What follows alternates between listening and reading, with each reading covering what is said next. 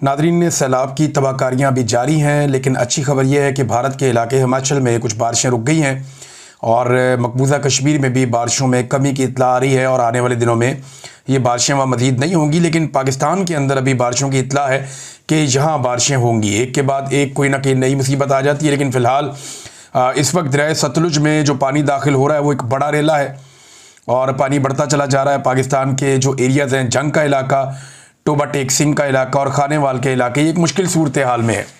और इसके लिए जो सबसे बड़ी रीज़न है वो ये है कि बंद गलत तोड़े गए हैं। यानी जहाँ से बंद तोड़े गए वो ज़्यादती की है इंतज़ामिया ने, हुकूमत ने, और उसकी वजह से बहुत सारे इलाकों में लोगों को मुश्किलात का सामना है। कुछ लोगों के बागात बचा दिए गए, जागीरें बचा दी गई, फैक्ट्रियाँ, मिलें बचा दी गई और गरीबों के इलाके डबो दिए गए। उसकी वजह से लोग खासे परेशान हैं। रावी के अंदर जो सूरत हाल है, पानी वहाँ बहुत ज़्यादा है, लेकिन इसके बावजूद पहले जैसी सूरत हाल अब रावी में नहीं है। पानी ज़्यादा ज़रूर है, लेकिन वो सैलाबी सूरत हाल जिस तरह एक शिद्दत के साथ सैलाब आ रहा था, इस वक्त वो वहाँ पे नहीं है। लेकिन दरिया सतलुज में इस वक्त एक बड़ा सैलाबी रेला आ रहा है और इंडिया ने बार बार उसके बारे में पाकिस्तान को ख़बरदार भी किया है। और जब भी कभी ये सतलुज में पानी बढ़ता है तो उसकी वजह से जो आपके जनूबी पंजाब के कुछ एरियाज़ हैं वो मुतासिर होते हैं। कसूर से लेकर मुजफ्फरगढ़ तक ये सारे एरियाज मुतासिर होते हैं। तीन जो पाकिस्तान के मशरकी दरिया हैं, इनमें सूरत हाल जो है वो ख़तरनाक है। एक चनाब है, फिर रावी है और उसके बाद सतलुज है। सतलुज में जो है वो ब्यास का पानी मज़ीद दाखिल होने भी जा रहा है। अब तक जो पाकिस्तान के सरकारी अदाद-ओ-शुमार हैं उनके मुताबिक 4000 से ज़्यादा आबादियाँ या गाँव देहात जो हैं वो पानी के नीचे चले गए हैं, वो डूब गए हैं। कई इलाकों में पानी 10 फुट और इससे ज़्यादा भी गया। ये बहुत बड़े पैमाने पर सैलाबी पानी आया है और इसने बड़ी तबाहकारी की है। जो फसलें तबाह हुई हैं वो सिर्फ फसलें तबाह नहीं हुई, बल्कि उन ज़मीनों को भी बहुत नुकसान पहुंचा है। बेशतर इलाकों में जो ज़मीनें हैं उन्हें दोबारा काबिल काश्त करने में या तो बहुत मेहनत करनी पड़ेगी या वो काबिल काश्त नहीं रहेंगी। जहाँ पर ज़्यादा रेत आ गई है वो ज़मीनें काबिल काश्त नहीं रहेंगी। 35 लाख से ज़ायद अफराद पाकिस्तान में जो आदाद-ओ-शुमार दिए गए हैं सरकारी सतह पे, इस सारी सूरत हाल से मुतासिर हुए हैं। भारत और पाकिस्तान दोनों में जो अब तक लोग जाँ बहक हो चुके हैं उनकी तादाद 3000 से ज़ायद है। ये एक बहुत बड़ा मसला है, इसको संजीदगी के साथ पाकिस्तान को और भारत को देखना चाहिए। और ख़ास तौर पे क्लाइमेट चेंज के हवाले से दोनों ममालिक को ना सिर्फ मिलकर बल्कि जो आसपास के खित्ते के दीगर ममालिक हैं उन्हें भी यहाँ पे बहुत जंगी बुनियादों पर तब्दीलियाँ लानी चाहिए। जैसे कि यूरोप में आई हैं, बहुत सारे जो मगरबी ममालिक हैं वहाँ पे तब्दीलियाँ आई हैं। उन्होंने बड़े पैमाने पर प्लांटेशन की है, जंगलात की कटाई रोकी है और जो आलूदगी है उसके हवाले से कानून साजियाँ की हैं, बड़े सख्त इकदाम उठाए हैं। उसके बाद उन मुल्कों ने अपने आप को बहुत हद तक जो माहौलियाती तब्दीलियाँ उनसे महफूज किया है, आलूदगी से महफूज किया है। तो पाकिस्तान को, भारत को, बांग्लादेश को, अफ़गानिस्तान को और खित्ते के जो आसपास दीगर ममालिक हैं, ईरान को भी इसमें शामिल करें, इन तमाम ममालिक को बड़े पैमाने पर इस तरह के इकदाम उठाने पड़ेंगे। अफ़गानिस्तान में जो अभी ज़ल्ज़ला आया उसमें जो पहली इत्तला मैंने आपको दी थी उसमें 800 के करीब लोग जाँ बहक हुए थे और अब तादाद बढ़ते बढ़ते 2200 से ज़ायद हो गई है। ये इतना खौफनाक ज़ल्ज़ला था कि अब तक की इत्तला के मुताबिक 2200 से ज़ायद अफराद इस ज़ल्ज़ले के नतीजे में जाँ बहक हो गए हैं और लगातार अभी भी लाशें मलबे से निकाली जा रही हैं। ये अक़वाम मुत्तहिदा ने पाकिस्तान से एक दरख्वास्त की है कि जो अफ़गानों की बेदखली की जा रही है, पाकिस्तान से उन्हें निकाला जा रहा है कि वो अपने मुल्क वापस पहुँचे और ज़बरदस्ती भी की जा रही है, तो इस सिलसिले को अभी फ़िलहाल रोक दिया जाए क्योंकि वहाँ पे बड़े मुश्किल सूरत हाल है। इसमें अगर नए लोगों को वहाँ भिजवाया जाएगा तो मुश्किलात बढ़ेंगी। लिहाजा ये खैबर पख्तूनख्वा की हुकूमत ने भी ये बात की है, अक़वाम मुत्तहिदा ने भी ये बात की है। पाकिस्तान ने अफ़गानिस्तान में अब इमदाद भी भिजवा दी है, इमदादी सामान भिजवाया है। भरपूर मदद करनी चाहिए अफ़गानिस्तान की, अपने हमसाया मुल्क की। हमारा ब्रादर इस्लामी मुल्क भी है, तो जितनी पाकिस्तान मदद करे उतनी कम है। पाकिस्तानियों को पूरी शिद्दत के साथ अपने अफ़गान भाइयों के साथ खड़े होना चाहिए क्योंकि हमारा जीना मरना एक साथ है। हम बिल्कुल साथ साथ रहते हैं, एक दूसरे के अच्छे हमसाए बन के ज़िंदगी गुजारेंगे तो हम लोगों के लिए आसान रहेगा। नाज़रीन, जहाँ तक फ्लड्स की मैं बात कर रहा था तो मैं याद दिला दूँ आपको कि आज के दिन में हम यहाँ मैनचेस्टर में, बरतानिया का शहर है मैनचेस्टर, और जहाँ पे माए नवाब रेस्टोरेंट जो स्टॉकपोर्ट रोड पे है, शाम 7 बजे से लेकर 9:30 बजे तक, 10 बजे तक हम लोग फ़ंड रेजिंग करेंगे सैलाब मुतासरीन के लिए। हम सब अपने अपने तौर पे जो कुछ कर सकेंगे वो हम करेंगे। यहाँ बड़े अच्छे लोग हैं, बड़ा शानदार माजी में वो काम करते रहे हैं। इन लोगों ने दुनिया के कई मुल्कों में काम किया है। बड़ी अच्छी NGO है होप फॉर मैनकाइंड, इनके साथ मिलकर हम काम कर रहे हैं। मैं उम्मीद करता हूँ कि पाकिस्तान में हम पाकिस्तानियों के दुख को बांटने में अपना रोल प्ले करेंगे और हम कुछ ऐसा कर पाएंगे जिससे सबका नहीं तो बहुत सारे लोगों का हम दुख और दर्द बांट पाएँ। इससे पहले 2022 में हमने अपने तौर पे कोशिश की थी, अब हम 2025 में फिर सैलाब आ गया है, अपनी पूरी कोशिश करेंगे। पाकिस्तान में बहुत सारे दोस्तों को मैंने एक्टिव किया है और आपको आने वाले दिनों में वो सारी एक्टिविटी नज़र आएगी जो हम अपने सैलाब मुतासरीन बहन भाइयों के लिए करने जा रहे हैं। तो मेरी गुजारिश है जो लोग यहाँ पे मौजूद हैं मैनचेस्टर में और आसपास, ये लोग तैयारी कर लें और शाम को 7 बजे से लेकर 10 बजे तक हम सब इकट्ठे होंगे और पाकिस्तानियों की मदद के लिए फंड रेजिंग करेंगे। तो आप सब इसका हिस्सा बनिए और अपना किरदार अदा कीजिए। अल्लाह ताला आप सबकी एफर्ट को कबूल फरमाए। इसके बाद एतवार को हम लोग ब्रेडफोर्ड में, ये इसको मिनी पाकिस्तान भी कहते हैं, बहुत बड़ी तादाद में पाकिस्तानी वहाँ पे रहते हैं, तो ब्रेडफोर्ड में मैं जो वेन्यू है उसका ऐलान कर दूंगा नेक्स्ट वीलॉग में या उससे अगले वीलॉग में। तो ब्रेडफोर्ड में हम एक प्रोग्राम करने जा रहे हैं एतवार वाले दिन, इसी तरह शाम को 6-7 बजे से लेकर रात 9 बजे तक, तकरीबन 10 बजे तक हम वहाँ पे भी एक प्रोग्राम करेंगे। एतवार है तो हम कोशिश करेंगे कि 6 बजे शुरू करें और 9 बजे ख़त्म करें। तो वहाँ जो है पाकिस्तानियों से अपील है ब्रेडफोर्ड में वो वहाँ पे आएँ और आकर सैलाब मुतासरीन की मदद करें और इस सिलसिले का हिस्सा बने। तो ये नाजरीन फ्लड्स के हवाले से हमारी एक दरख्वास्त है पाकिस्तानियों से, और पाकिस्तान में मेरी बहुत सारे पाकिस्तानियों से जो लोग मेरे साथ पहले काम कर रहे थे वो भी, और जो नए लोग वॉलंटियर करना चाहते हैं उन लोगों से दरख्वास्त है कि हमारी टीम का हिस्सा बने। और आने वाले दिनों में हम कुछ नंबर्स भी देंगे, कुछ लोगों से रब्ता भी करवाएंगे और अपनी टीम को बड़ा करेंगे, क्योंकि बड़ी मुसीबत है और इससे आप 1-2-4 दिन में निपट नहीं सकते। ये मामला महीनों तक चलेगा और कई महीनों तक आपको मदद करनी पड़ेगी। यहाँ पे जानवरों को जो है वो चारा चाहिए, इंसानों को जो है वो साइबान चाहिए, पहले शेल्टर दिया जाए, बिस्तर दिए जाए, सहूलियत दी जाए, खाना दिया जाए, फिर राशन दिया जाए ताकि वो खुद पका सकें। जानवरों को और इंसानों को जिंदा रखना पहला चैलेंज है। उसके बाद जब इनको वापस इनकी ज़मीनें मिल जाएं तो इन्हें खाद फराम की जाए, इन्हें बीज फराम किया जाए फ्री ऑफ कॉस्ट, ताकि ये दोबारा से फसलें लगा सकें। जहां मदद कर सके लोगों का घर बनाने में वो भी हम कोशिश करेंगे। डिपेंड करता है कि पाकिस्तानी कितना ज़्यादा बढ़ चढ़ के इस सिलसिले के अंदर हिस्सा डालते हैं। नाज़रीन, इलेक्शन कमीशन ऑफ पाकिस्तान ने पंजाब के जो 9 हल्कों में ज़िमनी इलेक्शन होने जा रहा था उसको रोक दिया है, और उसकी एक बड़ी वजह यह भी बताई जा रही है कि पाकिस्तान तहरीक इंसाफ ने वहाँ पे बाइकआउट कर दिया था। अब क्योंकि बाइकआउट है तो इसकी वजह से वहाँ पे वैसे भी बाइकआउट के बाद इलेक्शन तो रहा ही नहीं, अब तो 1 साइडेड इलेक्शन है। PMLN जो है उन्हीं को जितवाना है, तो वो अपने उम्मीदवार का ऐलान करें और इलेक्शन करवाने की ज़रूरत ही कोई नहीं है। बस सिर्फ ऐलान कर दें कि ये हमारा उम्मीदवार है और इलेक्शन कमीशन को चाहिए उसको नोटिफाई कर दे कि ये MNA बन गया है। इलेक्शन की तो ज़रूरत ही नहीं है। यानी अगर 10 वोटों के मुकाबले में 1000 वोट भी पड़ जाए पाकिस्तान तहरीक इंसाफ को, तो जीतना तो 10 वोटों वाले ने। ये तो इलेक्शन कमीशन ऑफ पाकिस्तान का और पाकिस्तान की एस्टेब्लिशमेंट का तयशुदा फार्मूला है। एक भी ज़िमनी इलेक्शन उन्होंने तहरीक इंसाफ को नहीं जीतने दिया। तो तयशुदा फार्मूले के मुताबिक अगर 1 लाख वोट भी पाकिस्तान तहरीक इंसाफ का बंदा लेता है तो उसके मुकाबले में 5000 वोट लेने वाला PMLN का जीत जाएगा।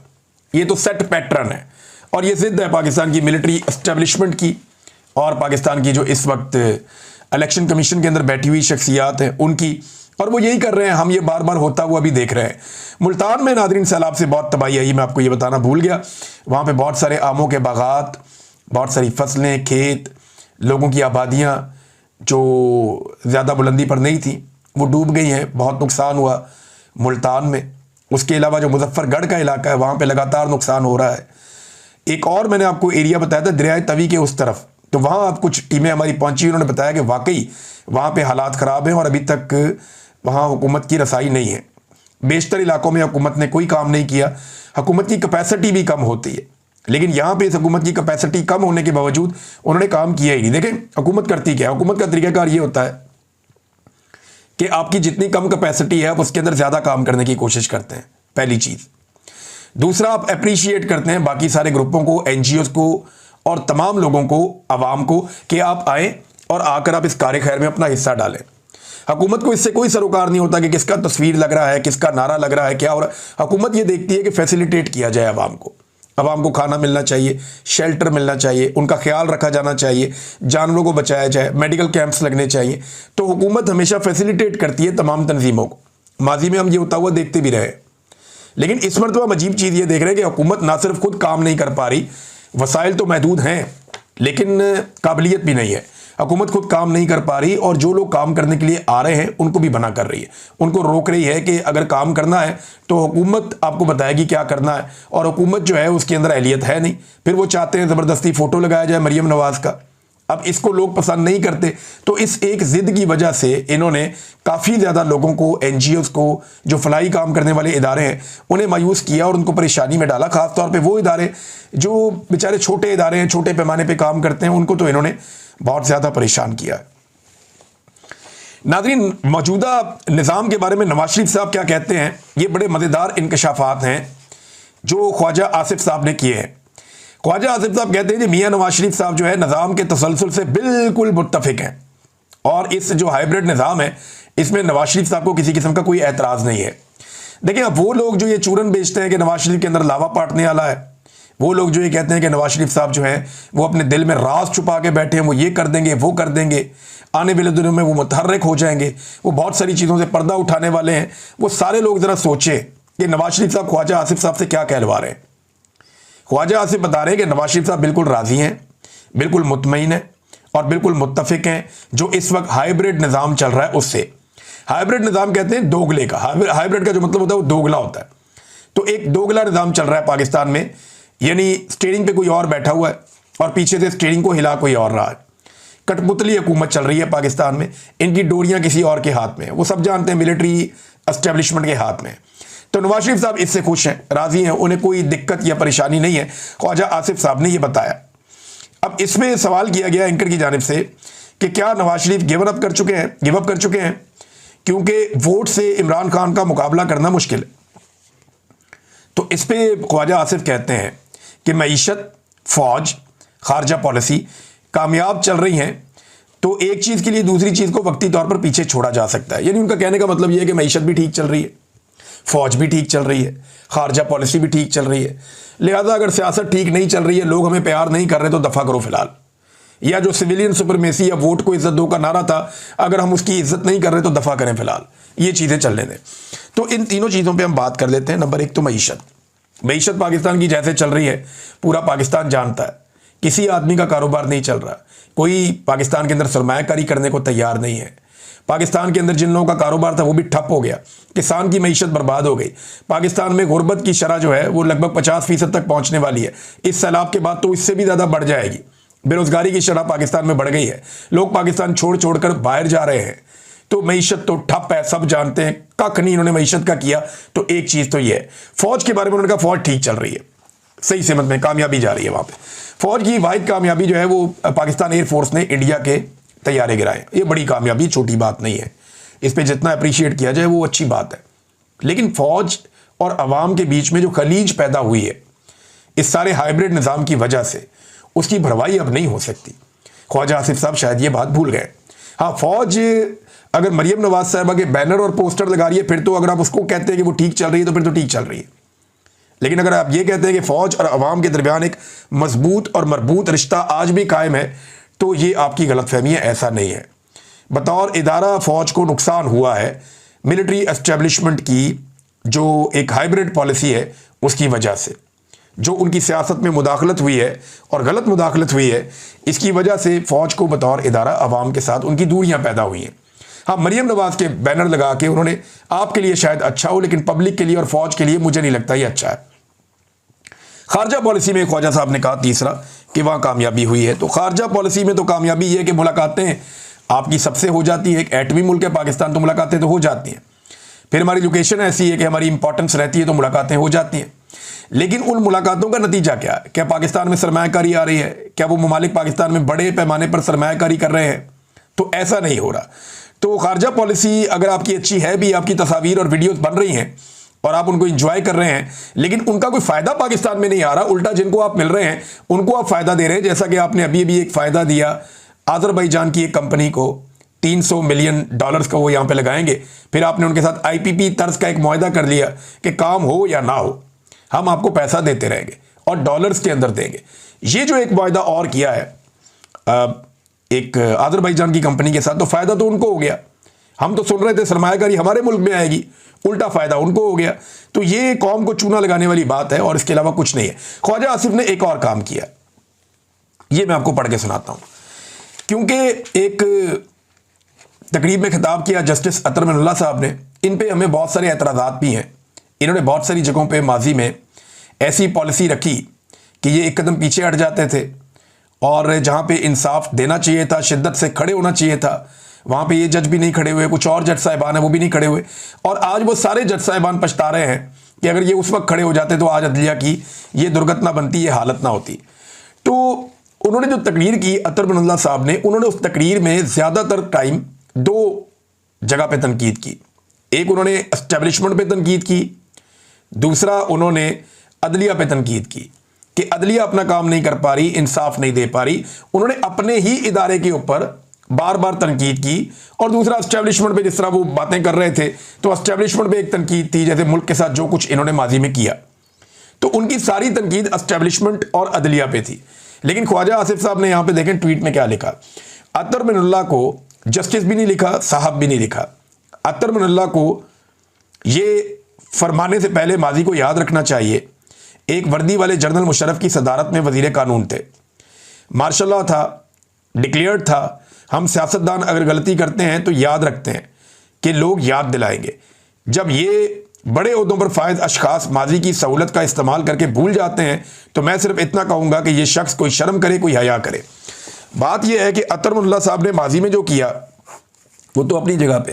ख्वाजा साहब आपके वालिद भी तो उसी कैबिनेट का हिस्सा थे जो एक डिक्टेटर की थी। तो सबने कहीं ना कहीं कोई ना कोई गलत काम किया है।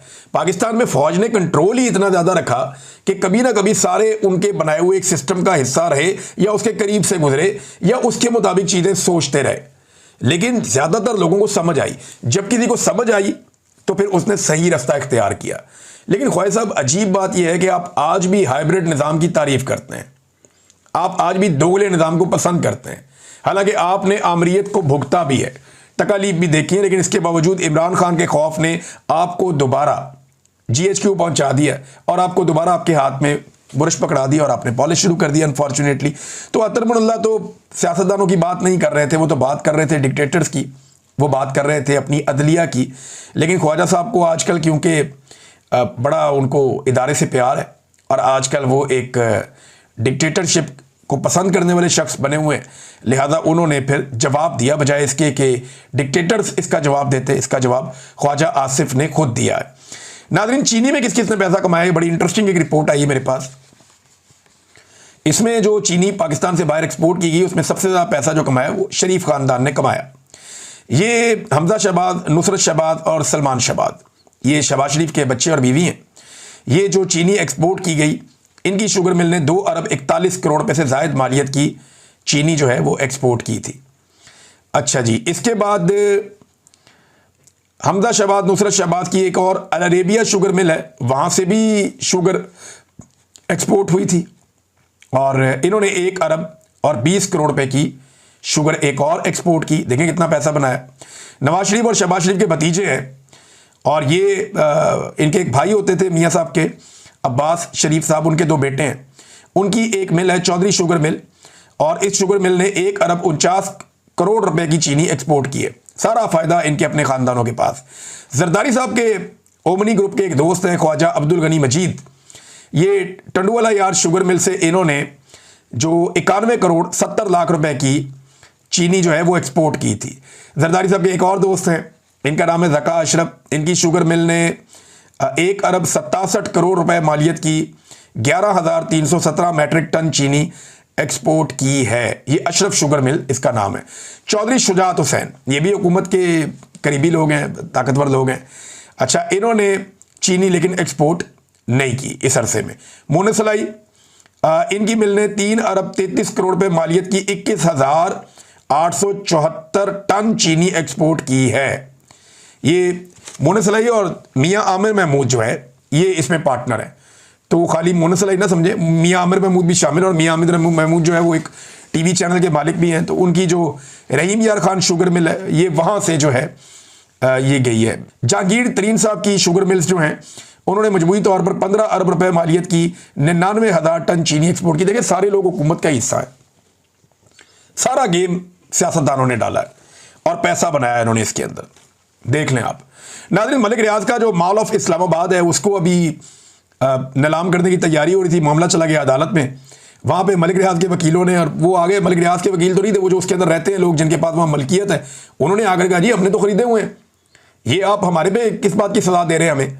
अगर मलिक रियाज की चीज़ों को आपने काबू करना है तो बैरियर टाउन में बिलावल हाउस है, इस पर बड़े कह लगे अदालत के अंदर। उन्होंने कहा जी उनके नाम पे जाके वो आप पकड़े और पकड़ के उसको सेल कर दें, लेकिन बिलावल हाउस की तरफ कोई नहीं जाएगा। फिलहाल ये मामला जो है वो स्टे हो गया मेरे ख्याल में, और ये मामला भी आगे फिलहाल इस तरह नहीं बढ़ेगा। एक और खबर है नाज़रीन छोटी सी, और ख़बर ये है कि सुन्नी इत्तेहाद कौंसिल के अभी तक, या वो पाकिस्तान तहरीक इंसाफ के हमायत याफ्ता जो उम्मीदवार थे, उनमें से अभी तक 25 लोग ऐसे हैं जिन्होंने इस्तीफ़े नहीं दिए। यानी इमरान खान साहब ने कहा था कि इस्तीफ़े दे दो, लेकिन उन्होंने अभी तक इस्तीफ़े नहीं दिए। इनमें जो सलीम रहमान साहब हैं, सुहेल सुल्तान, मोहम्मद बशीर खान, मोहम्मद नवाज़ खान, मोहम्मद आतिफ, शेर अली अरबाब, जुल्फ़िकार अली, नसीम अली शाह, शेर अफजल खान, मोहम्मद मुबीन आरफ, उसामा अहम मेला और मोहम्मद बिगदाद अली खान, गुलाम मोहम्मद अली अफजल शाही, मोहम्मद सादुल्ला, उमर फ़ारूक, मोहम्मद रियाज फ़तियाना, मोहम्मद महबूब सुल्तान, सरदार लतीफ़ खोसा और आयशा नज़ीर, मियाँ गौस मोहम्मद, मोहम्मद मुअज़्ज़म अली, फ़याज़ हुसैन, अंबर मजीद और ख्वाजा शराज, ये वो लोग हैं जिन्होंने अभी तक इमरान खान साहब के कहने के मुताबिक कायमा कमेटियों से इस्तीफ़े नहीं दिए।